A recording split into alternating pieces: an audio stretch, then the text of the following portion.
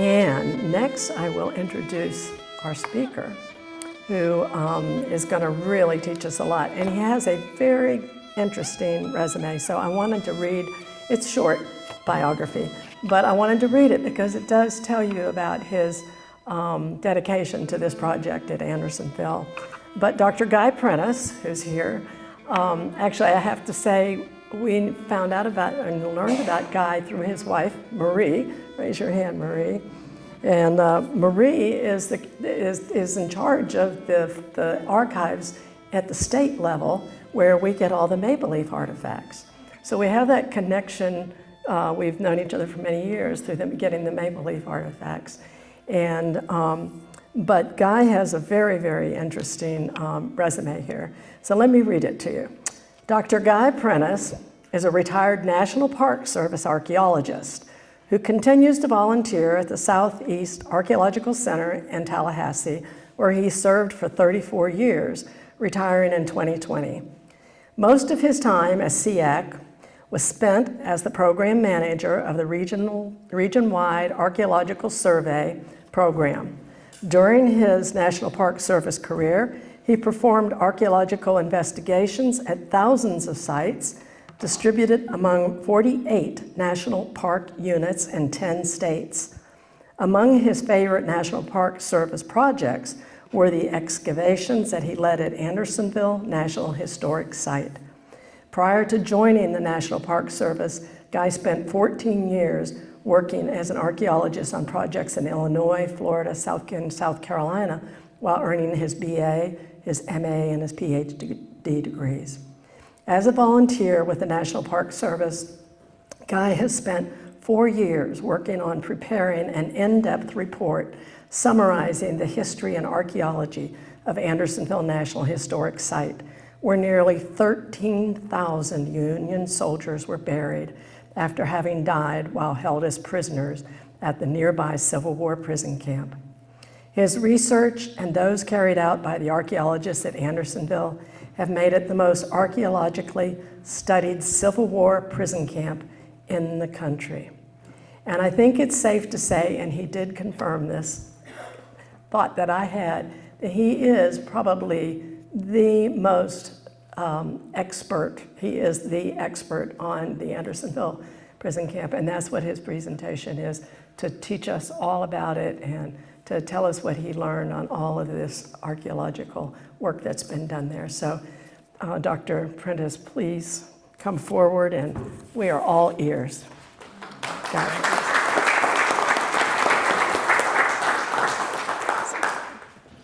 I'm going to have to turn this so I can see what I'm looking at, if you don't mind. Okay, so I'm going to divide this presentation up into 3 sections. The first section is going to be an overview, a brief overview of the history of Andersonville. I'm then going to follow that up with a little bit discussion of some of the new facts that I learned while doing the last 4 years of historical research on the site.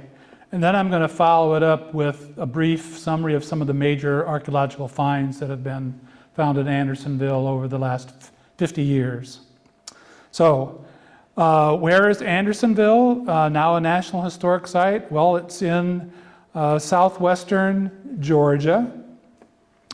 On the right-hand side is a map that I'll zoom in here on in just a sec. The National Historic Site has 2 main sections. At the northern end, there's the National Cemetery, where nearly 13,000 prisoners who died at Andersonville are buried, along with additional Union soldiers who died elsewhere that were moved there after the war. And it continues to receive veterans. It's still an active military cemetery. At the southern end of the park is the prison site.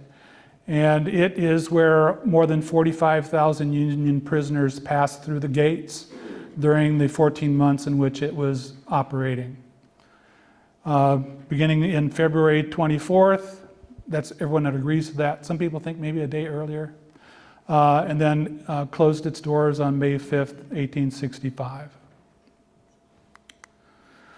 During the 14 months that it was operational, a recorded 12,912 prisoners died of malnutrition, exposure, dysentery, smallpox, scurvy, other diseases, asphyxia from being buried alive, and just the sheer brutality of man against man, because they would rob and steal and kill each other for whatever they could scavenge. It has the highest death rate for any Civil War prison of around 29%. The commandant of Andersonville Prison, Captain Henry Wirtz, was formally tried, convicted of war crimes. He's the only prison officer to have been executed for that reason. But many think that he was a scapegoat and was wrongly blamed for the nearly 13,000 Union prisoners who died there. And this is a picture of him being hanged. On the upper left-hand corner, you'll see a picture of the demon of Andersonville, who Captain Wirtz was despised. And it's a piece of artwork by a man by the name of Robert K. Snedden. You'll see additional pictures of his later on in this presentation. He was a prisoner at Andersonville, and he was a bit of a map maker.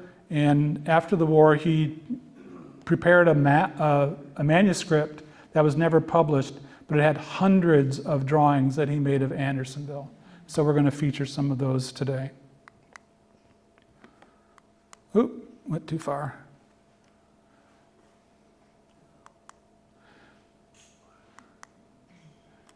So why build a prison at Andersonville? Well, General John H. Winder, who was the commander of prisons in Alabama and Georgia, sent his son William to try and find a suitable place to build a prison, which was a very unpopular thing to do, because they needed to relieve the overcrowded prisons up at Belle Isle and Libby prisons in Richmond. So he headed south, and he picked Andersonville. And why Andersonville? Because it was deep in the south, where it was away from the fighting. It was right next to a railroad track, so it'd be easy to ship prisoners there. And it was right near a very low population area, so no one could really fight against the establishment of this unpopular prison. After the site was picked, General Winder's nephew, Captain Richard B. Winder, came down and designed a prison that was meant to hold 10,000 prisoners and was approximately 18 acres in size. And this is one of Snedden's drawings of the prison here, as he envisioned it in early 1864. How was the prison built? Well, it was constructed beginning around January 10th, 1864, using conscripted slave labor, and at least 600 enslaved persons were involved in its construction. And we have an illustration from Harper's Weekly showing blacks putting up a stockade, probably similar to what was done at Andersonville. On the right-hand side there, you see this is a cross-section excavation of one of the trenches that was dug for building the stockade. And you'll see that in the middle of the feature there is where a post once stood. And on either side of it are two different colored soils, which are the dirt that was backfilled into the trench after the trench was dug and the posts were put in the center. You'll notice that there's a very bright red on the right and an orange band on the left. The soil colors are distinctly different. That's because when the enslaved persons were digging the ditch, they constantly piled the first upper half of the ditch to one side, and then they dug the other half and constantly dug it and piled it up on the other side. So they would have an equal amount of dirt when it came time to backfill the ditch. And because the soils grade from a light orange at the top to deeper and darker red at the bottom, when it came time to backfill the trenches, the posts kept the two different colors of soil from mixing. and created the bright red and the bright orange bands that you see in that photograph. The first prisoners arrived in Andersonville on February 23rd or 24th, depending upon the documentation you want to accept. Most people will go with the 24th. The stockade was not actually completed at that time at its southern end, and the soldiers were not permitted to cross the swampy area that was in the middle of the prison. They were confined to the northern half of the prison until the southern end was completed. And that was on March 4th, 1864, after which the prisoners were allowed to occupy the southern half of the prison. And you can see in Steddon's map there on the right that all of the little shanties that they built are all located north of the swamp, because at that point they weren't allowed into the southern half of the prison yet. By March 27th, the prisoners were dying so rapidly that they had to switch from individual burials in coffins to burials in trenches. And this is a photograph that was taken by Andrew Riddle in August of 1864, showing them in the process of burying the dead. On April 7th, 1865, a deadline was established on the inside of the stockade wall of the prison. It consisted of a light fence set about 20 feet away from the stockade wall. And it was a line which the prisoners could not cross without being shot. And on the top of the wall, they built sentry boxes on which armed guards stood and would shoot at the prisoners if they made any attempt to cross the line. On the right is a lithograph drawn by Mr. Clapp, recreating what he envisioned it must have been like for a person to be shot at the deadline. And in the lower left-hand corner is another Riddle photograph that actually shows the deadline with the arrow pointing towards it. By late May of 1864, the number of prisoners had grown to 18,000 men, nearly twice the number that was originally planned for when Richard Winder designed it for 10,000. It was starting to get very crowded. So in early June, a gang of 100 white and 300 black Union prisoners were given extra rations to build a stockade wall for an 11-acre addition at the northern end of the prison enclosure. And on July 1st, 1864, it was completed, and it was opened up for occupation for the Union troops, who immediately tore down the original north stockade wall so they could use it for building structures and also for firewood. And you can see here Mr. Sneddon's drawing of what he thought was only 6.5 acres that had been added to the northern end of the prison, but it was actually 11. As an archaeologist, when we were doing excavations at the North Gate, we excavated a cross-section trench across where that original first stockade line was that had been torn down. And this is a picture of a profile of that trench.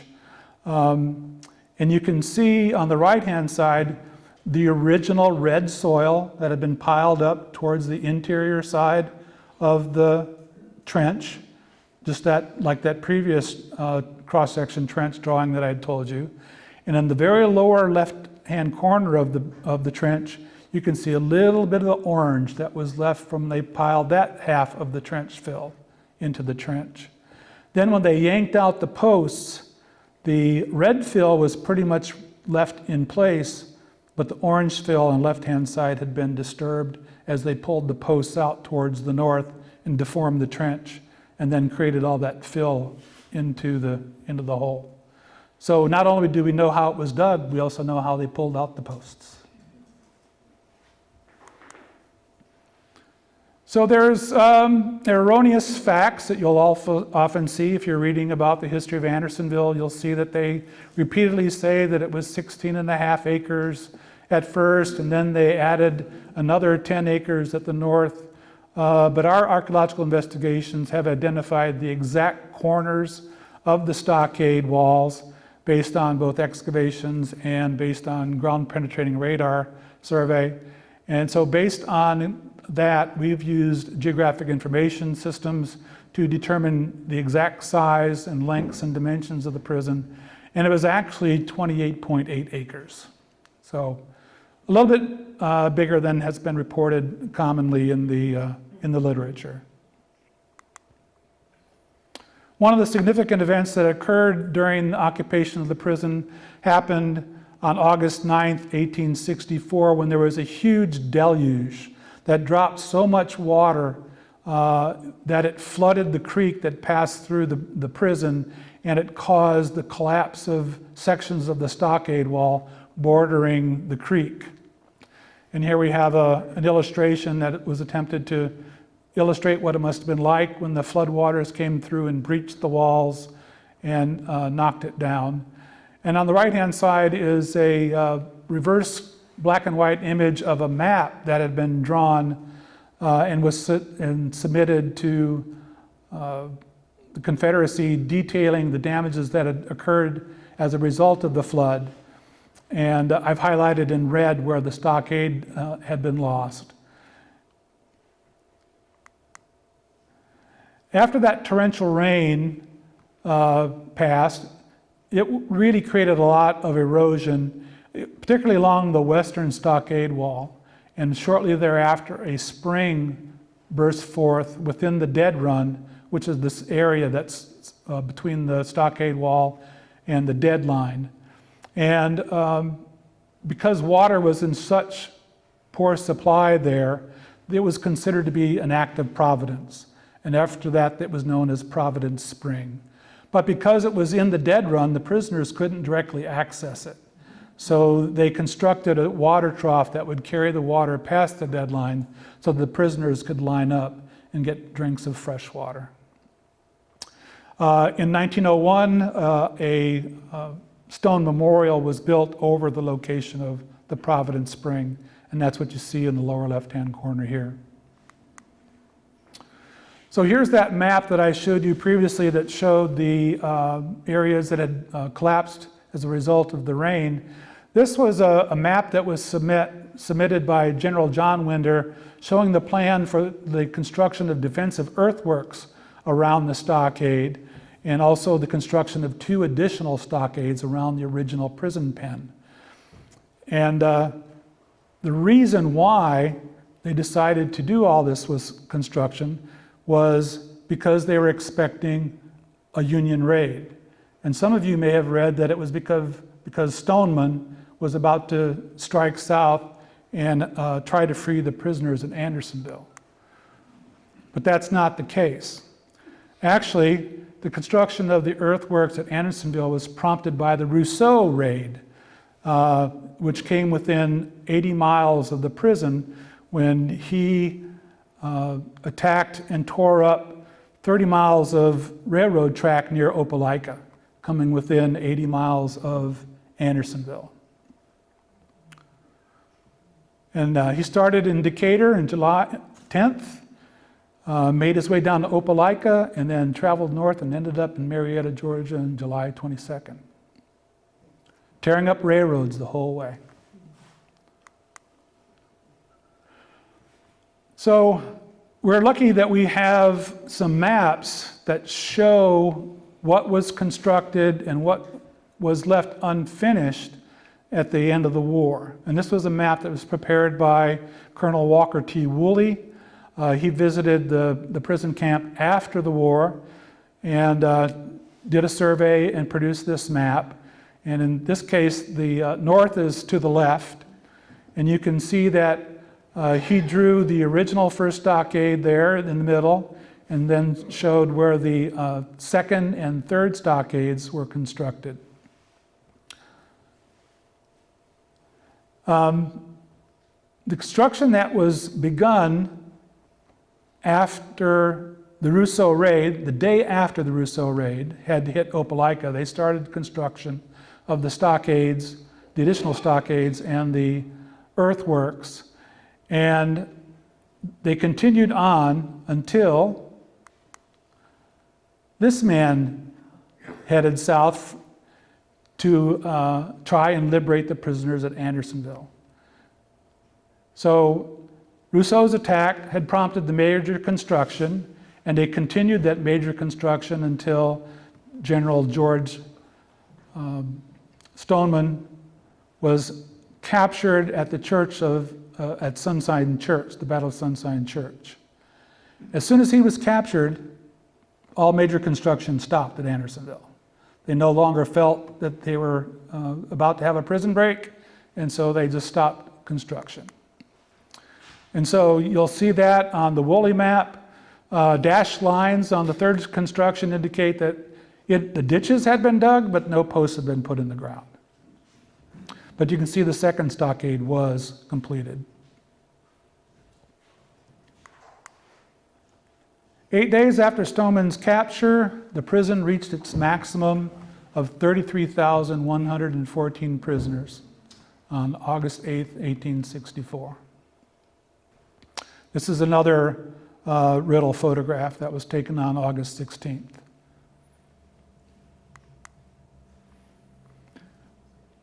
Shortly thereafter, William Sherman captured Atlanta on September 2nd. And now that the Union troops were in control of Atlanta and only a little more than 100 miles away, the Confederacy decided that they could no longer keep the prisoners at Andersonville because they were afraid of an attempt by the Union to come and free those 33,000 prisoners that was held in camp. And that would be a bad mess for the Confederacy. So they decided it was best to start shipping the prisoners out. And they started doing that on September 7th, 1864. And they started shipping them to places like Millen, where Camp Lawton had been constructed. General Winder, the head of the prisons in Georgia and Alabama, went there actually himself in September of 1864 to supervise things. They constructed Camp Lawton in very much the same way that Andersonville had been constructed, very similar in design with the stockade walls and the dead lines and all the rest. Some of the places where the other prisoners went to were also in South Carolina, Georgia, and other places in the South.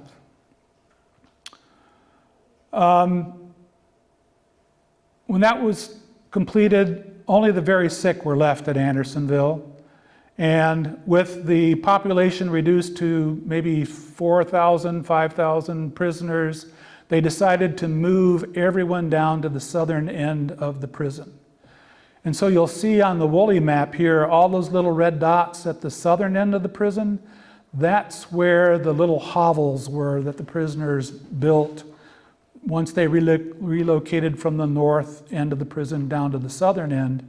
And then the Confederates plowed up the northern half of the prison and destroyed all of the houses that the prisoners had built there.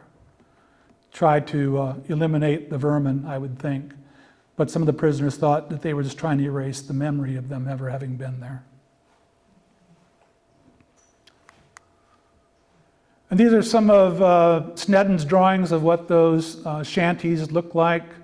Some of them were a little more than the holes dug in the ground with a few sticks and maybe a tent over a fly tent over the top of it.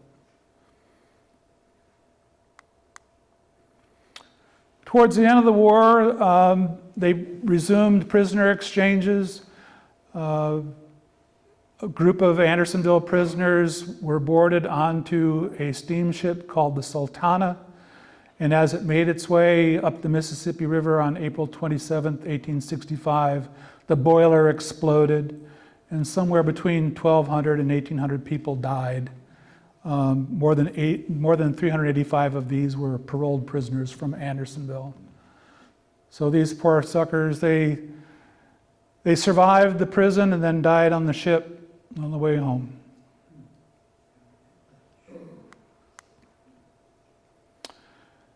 After the prison was abandoned, the Army took possession of Andersonville Cemetery, and it was declared a national cemetery, with Clara Barton and Dorrance Atwater accompanying Captain James Moore to the cemetery to replace the numbered planks that were marking the graves with lettered headboards that identified who was there. And that's Clara Barton in the lower right-hand corner. The upper left-hand corner is a photograph of the cemetery as was taken by Mr. Riddle in 1864. And then in the lower middle portion is a photograph that was taken in 1868 of the new headboards that were put with lettered headboards identifying who was located in those graves if they were able to identify them. And they were able to identify the vast majority because of a death register that was kept by the Confederacy. When it was all done, Clara Barton raised the U.S. flag at Andersonville, and in the upper right-hand corner is an illustration that shows her in the process of doing that. So I'm going to talk a little bit now about the research that led me to some of the findings that I've run across over the last few years. One of those was the discovery of a map that was held in the Boston Public Library's Norman B. Leventhal Map and Education Center. I ran across it. The library only identified it as a map of Andersonville. They really didn't know that much more about it than that. But being familiar with what had happened at Andersonville, I soon realized that this was a map that had been drawn by a Confederate topographic engineer by the name of Carleton, who had been sent there immediately after the war to make a detailed topographic map of Andersonville so that it could be sent to Washington, D.C. for the Wirtz trial. So this is the map that was used during the Wirtz trial. And if you read the Wirtz trial testimony, you'll see that at one point, General James Wilson talks about features that are on this map. And it's some of the features that he talks about on the map that helped me identify this as the Wirtz trial map. And if you're interested, there's a website, a Civil War map goes on trial, and you can go there and read what I had to say about what we learned from having discovered this map's true identity. Oh, well, they're going to put this on YouTube, so you guys will be able to look that up. But it's if you look up Andersonville and Boston Public Library, it'll come up. So this is that map. As I said, this was drawn by a Confederate engineer by the name of George W. Carleton. He had been captured by the U.S. 2nd Cavalry on April 20th, 1865 in Macon, Georgia. And after he was granted parole, he was sent to Andersonville by Major James H. Wilson to produce this topographic survey of the prison.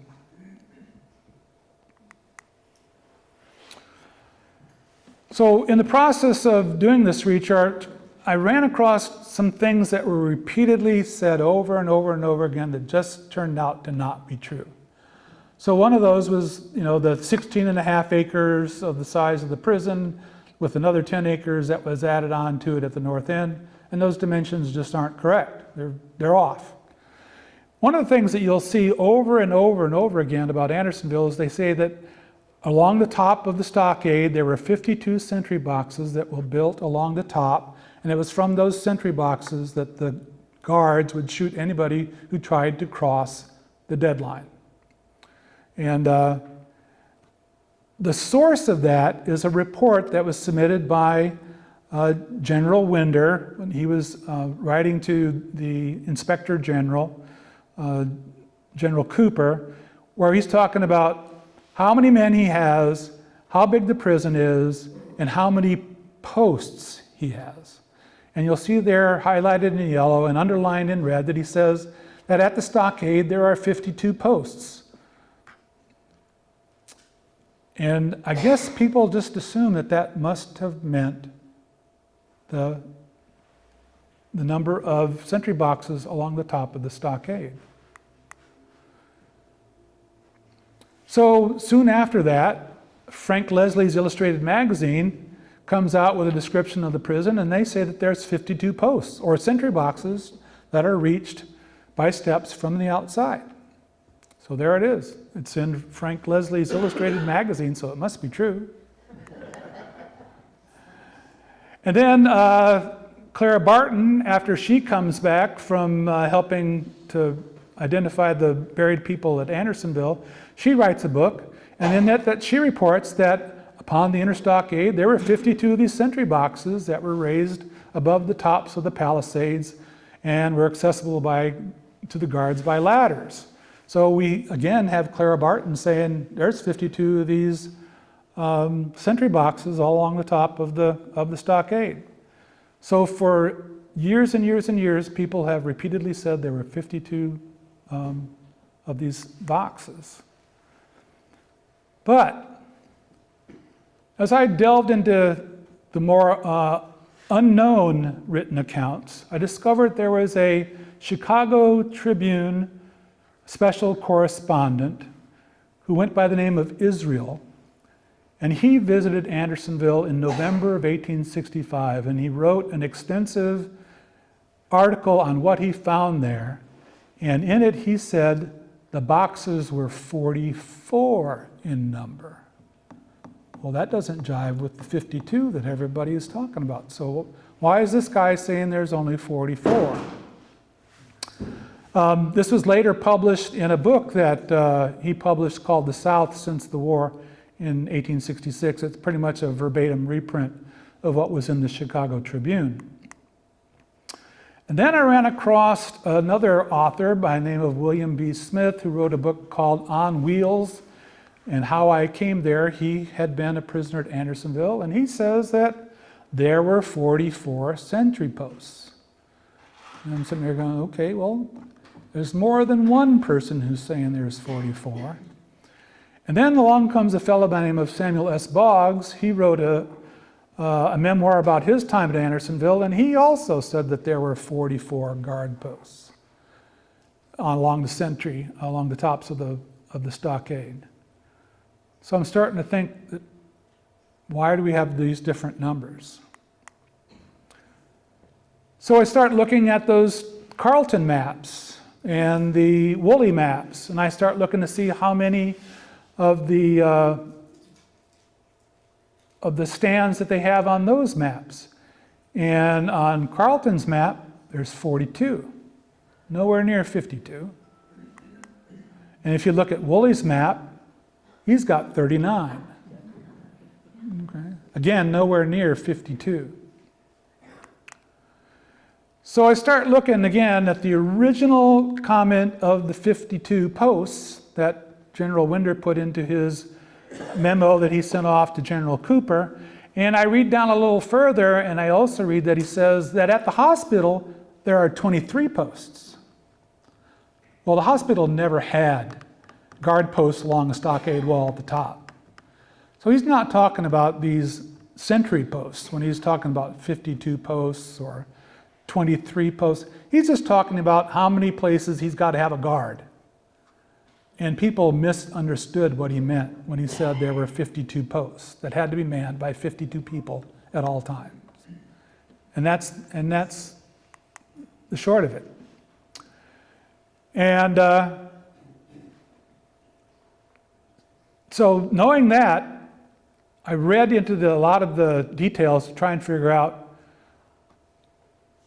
how we can reconstruct for certain where these stands were. And I found that people actually referred to specifically numbered posts along the stockade wall. So one fellow says that it was at number 17 at the north end of the prison where they found an escape tunnel. And another guy says, I was located midway along the south wall near stockade, near sentry box number 35. And another person says that he was at this other place with another number. So based on that, I was able to reconstruct the exact numbering sequence for the posts of the sentry posts. And you can see them here in red, and it starts at number 1 near the north gate, and then it goes clockwise around. And by doing that and separating them each by about 100 feet, you get exactly 44. And so I think we can say with definite confidence that that's all there was. There were only 44. So I'm going to talk a little bit about the archaeology that's been done there. I was involved in excavations that were conducted at the northeast corner of the prison, at the north gate of the prison, and at the southeast corner of the prison. And the reason for doing this was because the Park Service wanted to reconstruct those portions of the prison for interpretive purposes for the visiting public. So they would have a sense of what the prison size was like and what the conditions were like. So these are photographs of those reconstructed portions of the prison. If you go there today, you'll no longer see the one at the southeast corner because it got rot and fell down, and it was too expensive to rebuild, so they never rebuilt it. The northeast corner also suffered rot and had to be rebuilt, but they decided that that was worth the expense. So now you still have the northeast corner and you have the north gate. So this is a drawing of the excavations that we did in 1987 at the northeast corner. You can see in green some of the different features that we encountered while we opened up these long linear trenches that followed the stockade walls. Little black dots show the locations of each of the posts that we encountered and mapped. Before we toppled it, there was a nice stone stockade marker that had been built by the CCC directly on top of the stockade's northeast corner. So the CCC knew where it was. And this is what it looked like from a top of a ladder. Looking down, you can see the different colors of the soils of the trench. When we cut down through the stockade wall parallel with the stockade posts and looked at it in profile, what we saw were the rotted remains of the original posts, and that's what you can see here, those little numbered drawings in that middle portion of the illustration. And so we knew exactly how many posts there were. We had an estimate of the size of the posts, but we also could see that there were gaps between the posts.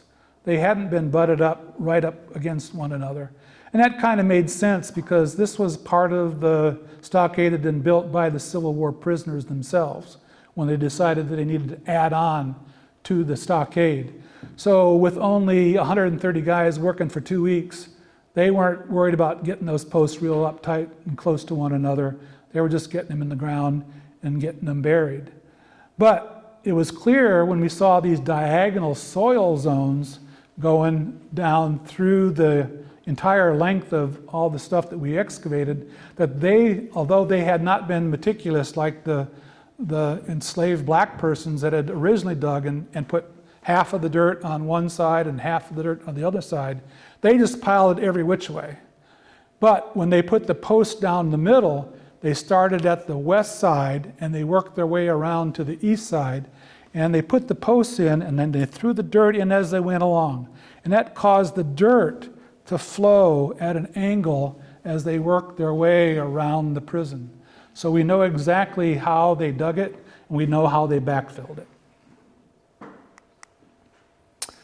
Then we went and did the North Gate excavations in 1989. And again, we opened up long strips to expose the stockade walls. You can see it running in the middle of our trench here. the bands of orange on either side and the band in the middle where the stockade posts had stood. This is a close-up view. You can see again that very prominent banding that was a result of having dug only halfway down and piling the dirt on one side and then digging down the rest of the way and piling the rest of the dirt on the other side of the trench. And then when the posts were put in the middle, it kept the two different soil colors from mixing. We excavated a lot of trench for this excavation because we started right there. And we decided that that was where the CCC had put some markers where the north gate was. To the south, it was a deep slope. We figured there's no way that the north gate could be down there, because who would build a gate on a slope?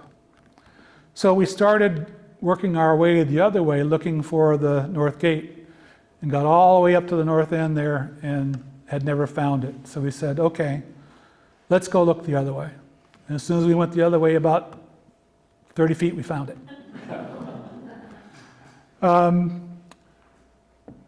But part of the reason we went that way north was because archaeologists had come before us, and where that top arrow is, they claimed that is where they had found the north gate. I'd never bought it. I didn't believe it. But when we got there, what we figured out was what they had discovered was several features. One, which you can see running horizontally here in the front of this top picture, that's the original stockade wall. And then this big circular feature, which is where they dug out a pine stump.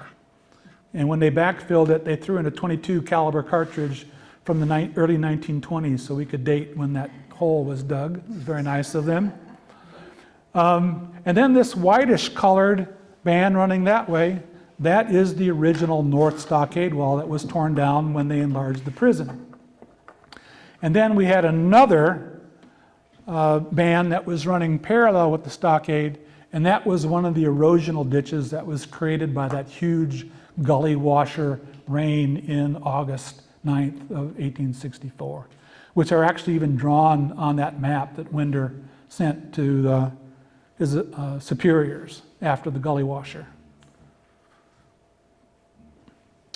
And then we actually did finally find the north gate. It was a box-like enclosure. It was constructed in basically the same manner as the rest of the stockade. It was a ditch that was dug about 5 feet deep.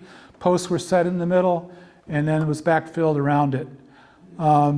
Unfortunately, the preservation of the north gate area itself was not very good, but there were some interesting things that we found.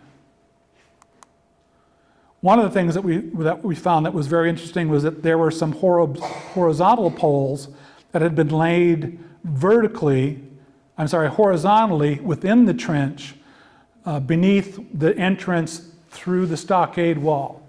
And that was clearly put there so that the prisoners couldn't tunnel underneath the gate, the doorway through the gates. So that was a barrier to prevent them from no one had ever documented that even was the case, so that was a surprise to us.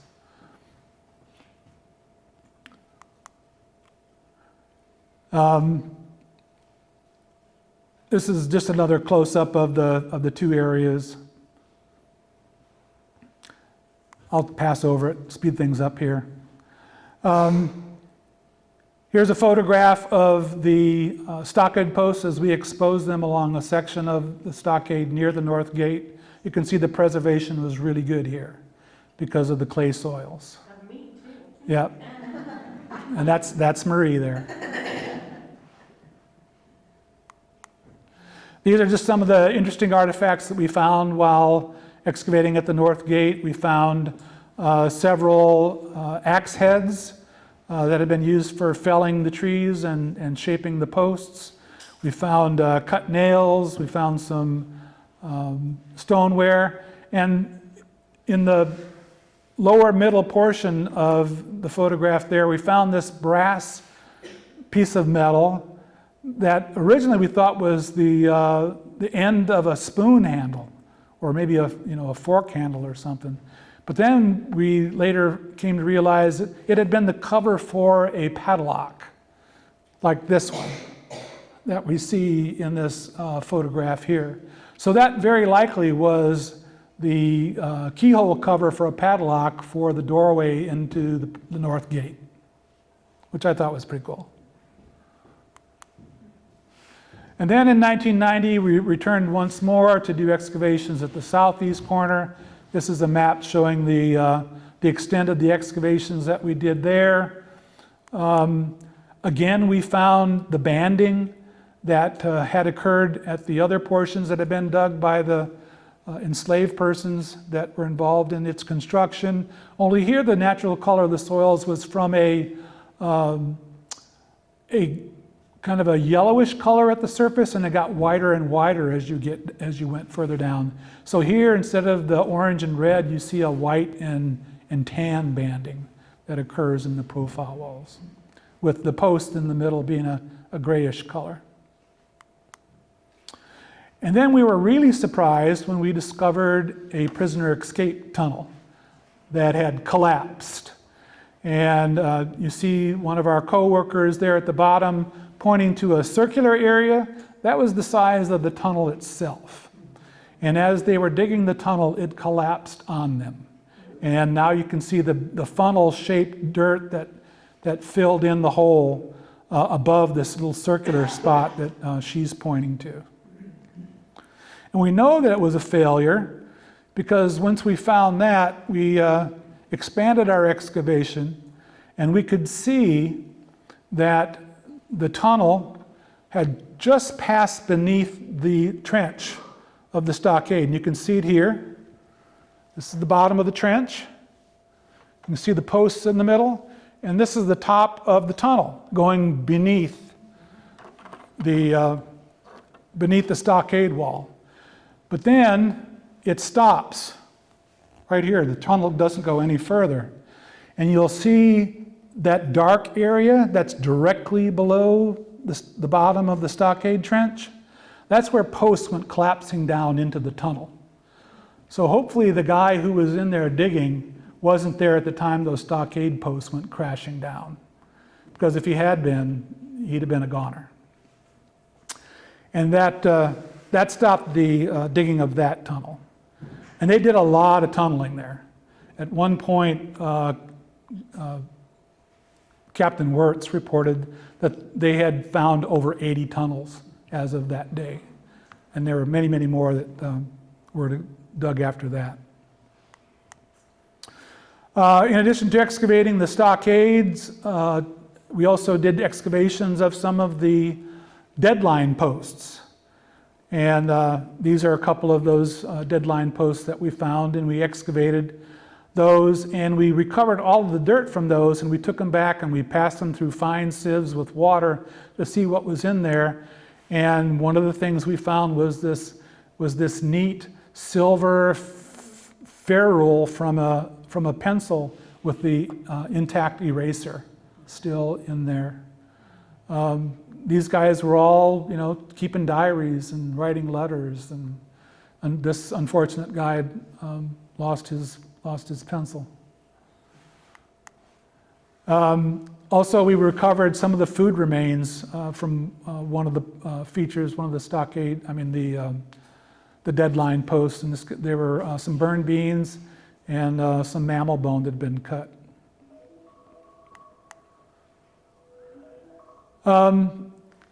More recently, we've kind of gotten away from excavations, and we've gone to new, more high-tech ways of looking at the archaeology at Andersonville. So we're now using things like electromagnetic conductivity meters, and we're using ground-penetrating radar and magnetometers.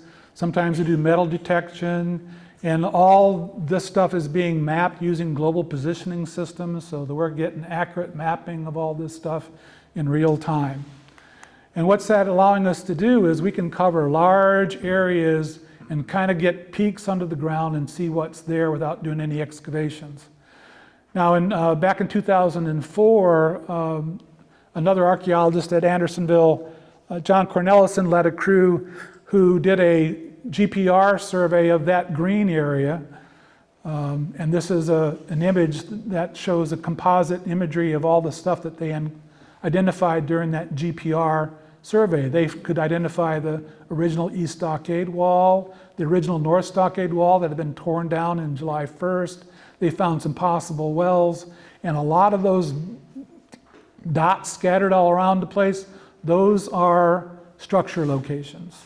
Those are where they dug pits for houses. And if you look in the northeast quadrant of that area that Cornelison did his GPR survey, found a very interesting pattern of anomalies that borders right on the stockade wall. You can see there's a band of high anomalies right parallel with the dead line, and then on the outside of the stockade wall there's this arc-shaped band of high amplitude anomalies there.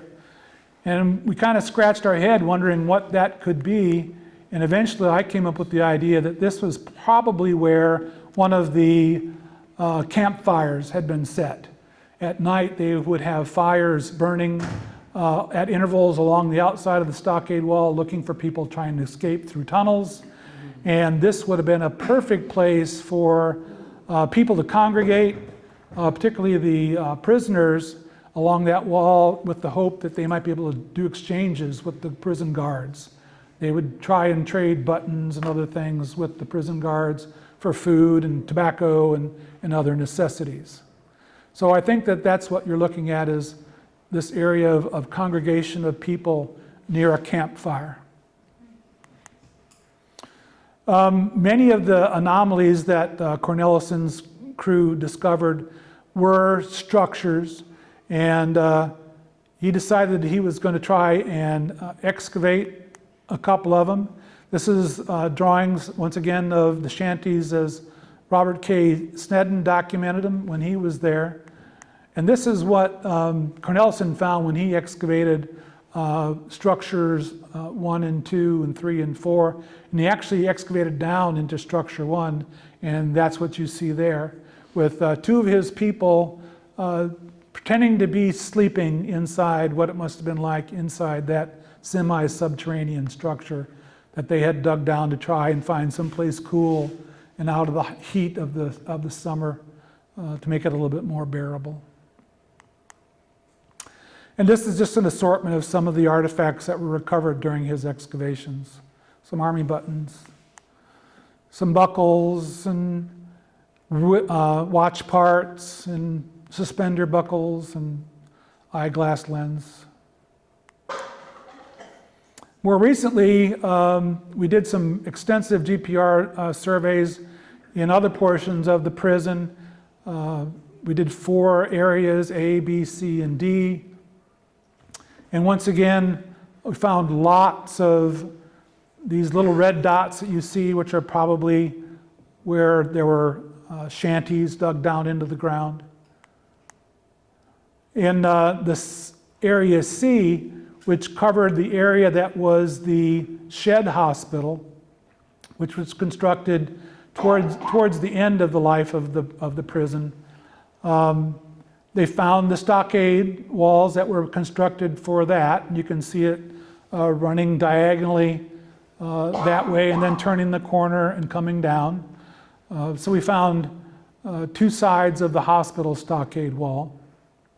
In the upper portion of that imagery, you can see where it crossed through the unfinished 3rd stockade. And in area D, which was along the area where the 2nd and 3rd stockade walls were constructed, we were able to match up the features there where we saw a gap in the 3rd stockade line, which lined up with where the road entered through the 3rd stockade line on Woolley's map. So we actually know where the gate was that went through the third stockade, although it was unfinished. And you can see that's why there's a difference in the colors between the third stockade line and the second one. The third stockade is very bright red. The second one is almost kind of a light blue color. And it's because it was dug but never backfilled. And so it laid open for a long amount of time before it was actually filled up again. And that accounts for the different colors. We also did metal detector surveys there. We were looking for evidence of the guard camps. So we did some surveys up beyond the redoubt, and we found evidence for the guard camps there. There was a metal detector survey that we did down in the lower right-hand corner of the image here. That was for the second, I shouldn't say the second, that's, for a long time it was called the second hospital, but we know that that was more than that. So we now just call it the tent hospital, which produced a number of interesting artifacts. They also did some survey near a small earthen embankment that was discovered on the east side, where they found a lot of iron balls from shot and shell sort of stuff. They must have been doing cannonball practice there. And also near the hotel, the hospital dispensary, some work had been done there as well. What's interesting is the 1st and 3rd Georgia Reserve camps, we were able to identify those mostly by the presence of cut nails, because those were time specific for that time period. What was interesting about the tent hospital is we found a couple of scalpel blades, like the one shown here in the lower portion of the imagery.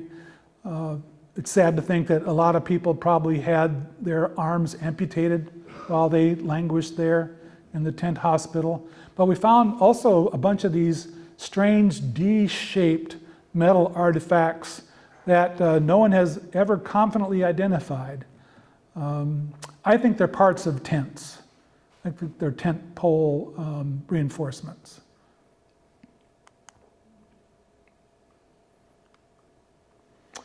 So that's a quick and dirty summary of just some of the highlights. I mean, if I sat here and talked to you about 50 years of archaeology, you'd be here for a long, long time.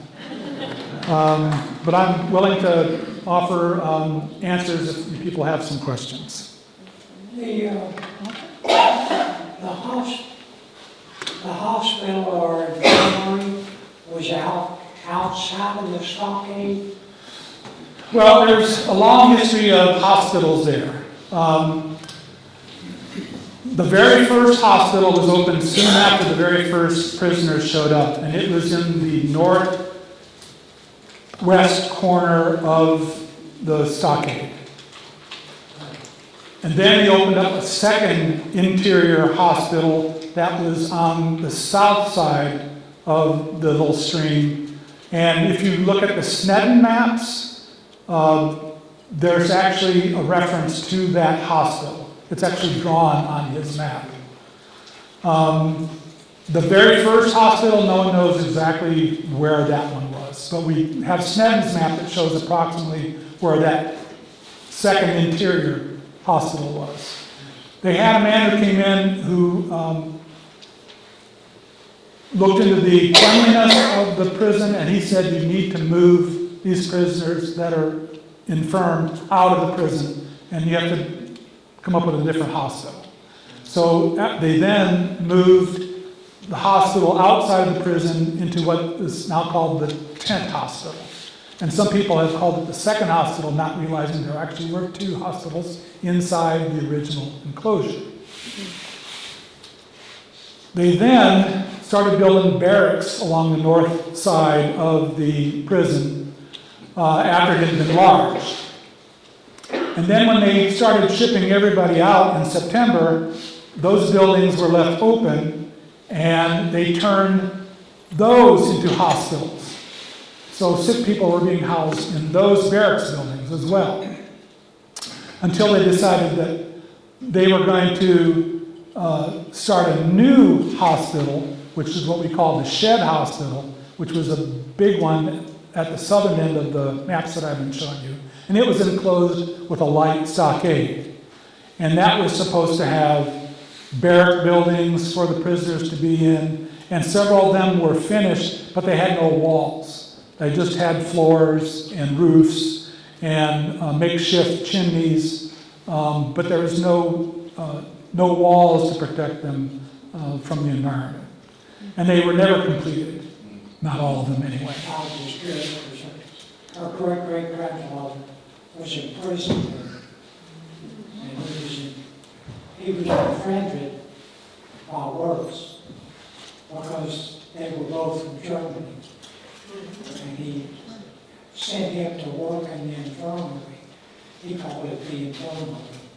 That was very common. The prisoners were allowed access outside the prison to perform duties if they promised not to run away. It was called being paroled. And so the prisoners, if they had the skills, were being hospital stewards. They were doing cook work. They were doing all kinds of activities and then sometimes they slipped away. Yeah. Thanks, that was a really nice overview of clearly a very extensive investigation. I had a question. You mentioned at the beginning that monument that was placed in, I think you said 1901, over the Providence Spring. Who funded that, and what was the intention of the monument? The veterans who had survived Andersonville really thought that spring was divinely sent. And they wanted to historically honor that event having happened.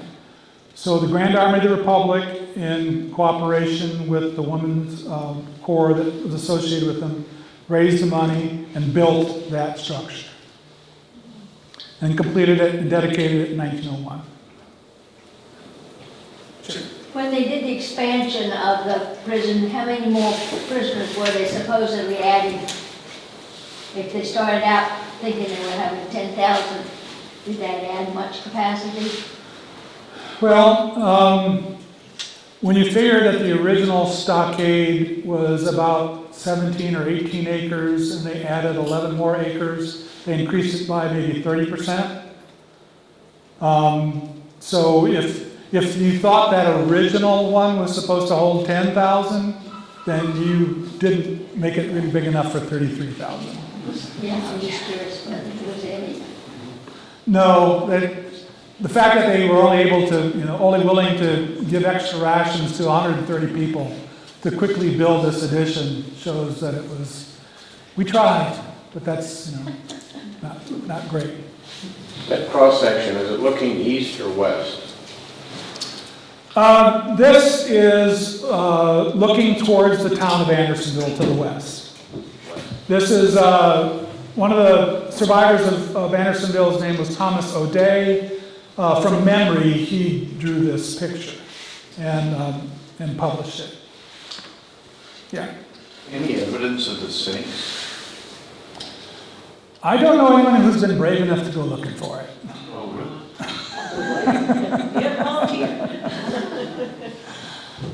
It's very marshy ground, and you probably would find some of the wood associated with it, perhaps, but ooh.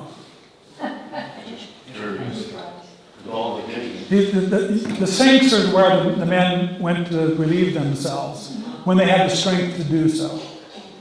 A lot of them didn't have the strength to drag themselves down there, and they would just leave themselves right there in the prison. So, yeah.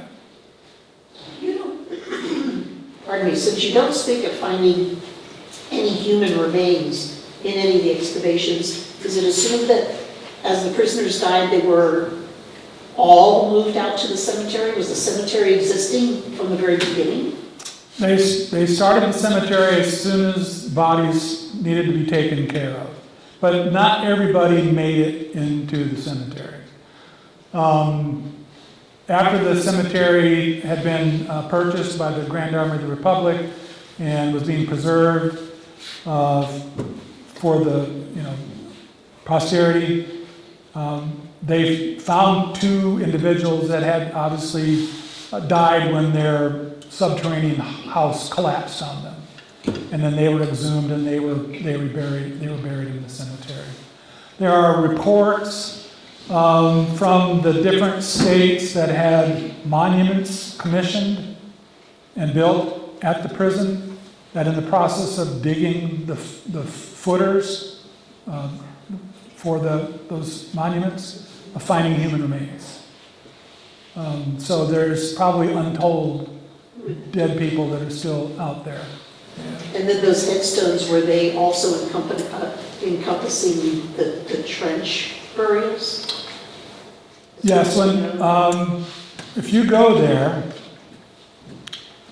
and they're all numbered from 1 through 12,848. And then other ones were moved later from a smallpox cemetery that was located south of the prison. There were 64 of those. So they had a death register. That was every time someone died, they recorded their name and they put a number next to their name, and that number was put on the stick that was stuck to mark their grave. Whether it was a grave or in the trench. Or in the trench.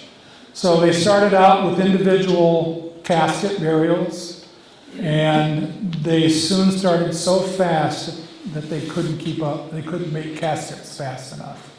So they then decided to go to trench burials. And then when they started the trench burials, they first started with what they call the truncheon burial method. They dug down, and then they left a little shelf so that when they laid the person in the grave, they put a puncheon, a board down, and then they put the dirt on top of that. After a while, they gave up on that as well, and they just put them in the ground and buried them. And as they went along, they would put a numbered stake at the head of every individual, so that as emaciated these guys were, there was about 1 stick every foot. Didn't have to be very deep. And the holes were probably 3.5, 4 feet deep, maybe at the most. And there were a number of individuals that just didn't know who they were, and so they're marked as unknown. One comment and one question. I also had a great-grandfather that was imprisoned there, and I guess he was released at the end, but he got a pension from the government for chronic dysentery.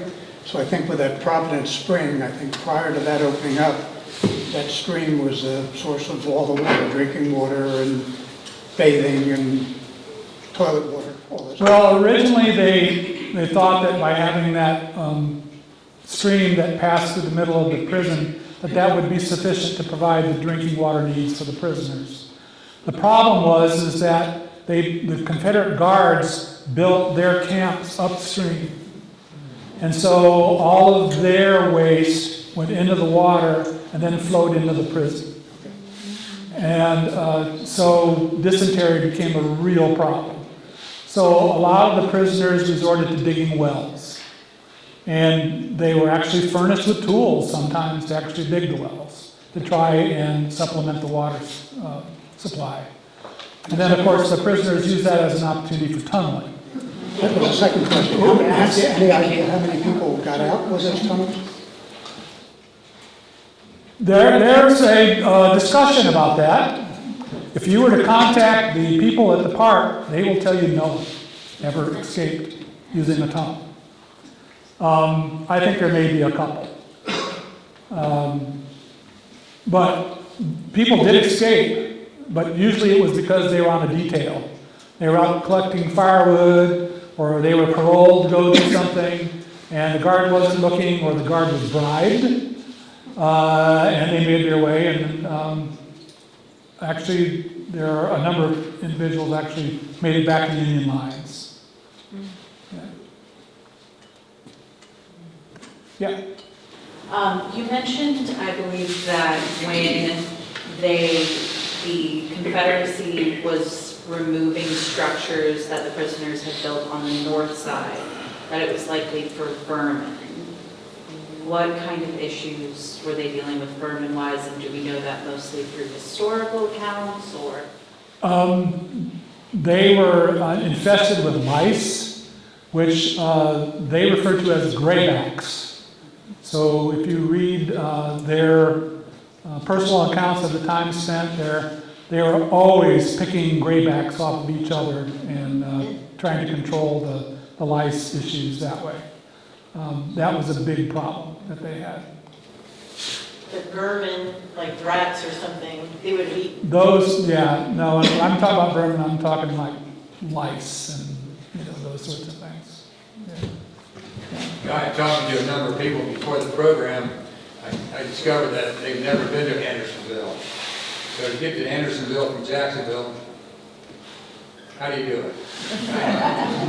Take the scenic route. We go there from Tallahassee. You can go up 75 to Cordele. Oh yeah, hang a left on 280. Yeah, and it's near Plains where Timmy Carter is. Yes, it's very close to Plains in America. It's a great trip. We spent 3 days. Way crossing, so. We spent 3 days and we stopped in America's First to stay at the beautiful Windsor Hotel. Yeah, it's a beautiful red It's test. on the prison site. And the POW museum, you want to give yourself about 3 or 4 hours there at least. Then the next day we headed over to Plains and saw Jimmy Carter stuff. And then the next day we went to Columbus and saw the National Infantry Museum, the Civil War Naval Museum, and then we came home. It's a great trip. It's not that far. Yeah. It's extremely humbling to be there and to know, what happened. I was very young when I worked there, and I'll never forget the feeling. Just even a little bit of knowledge I had when I first started working there, what was I, 22, 23 years old, and it's just an overwhelming feeling of the horrible things that happened there. Because they were so overwhelmed, what was expected to be done in the hospital scenarios? Just amputations or?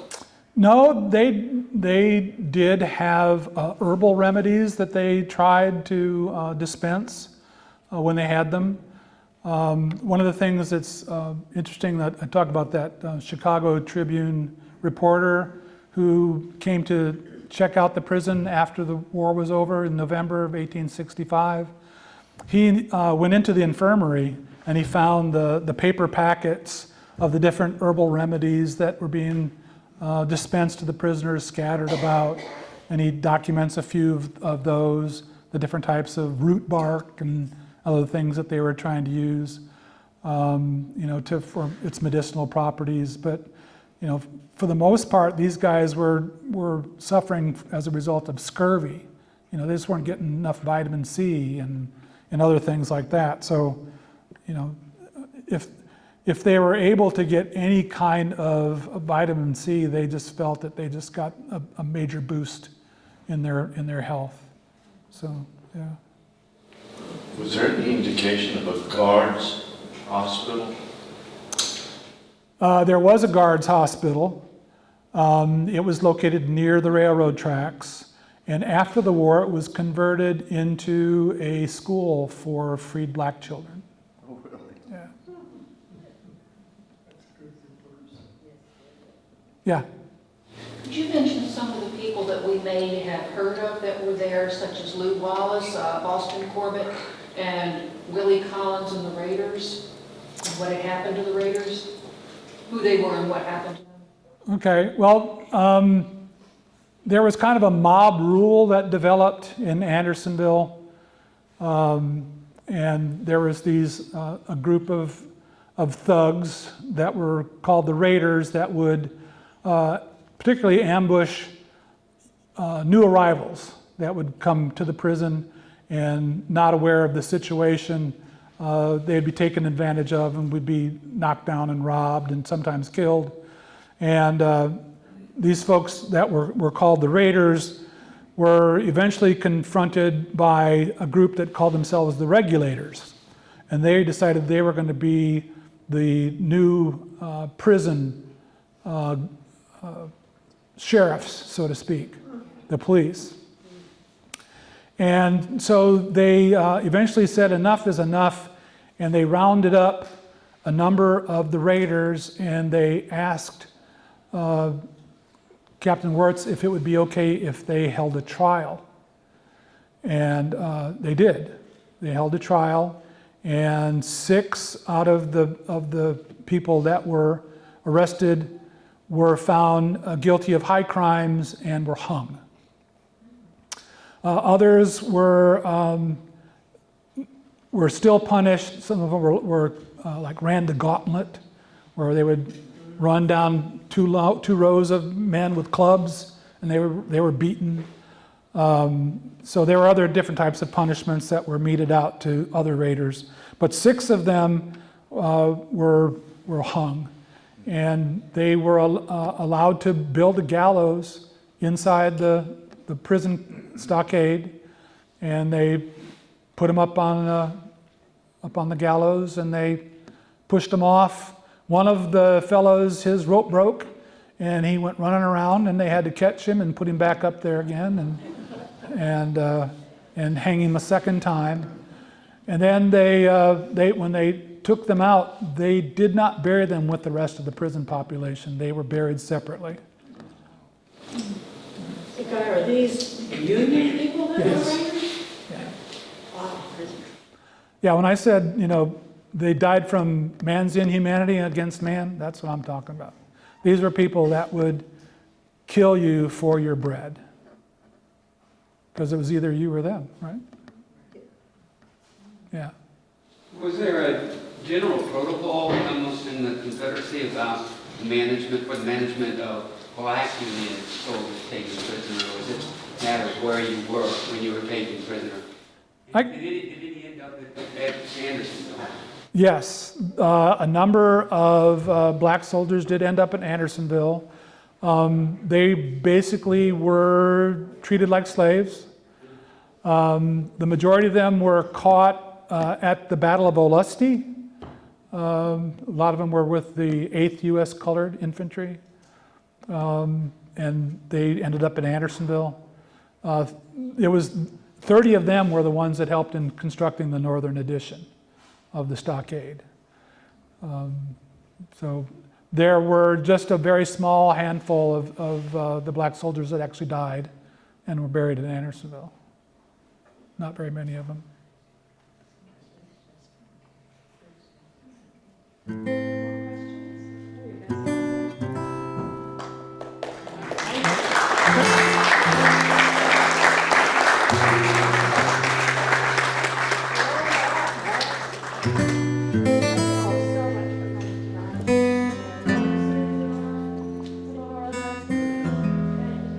Thank you.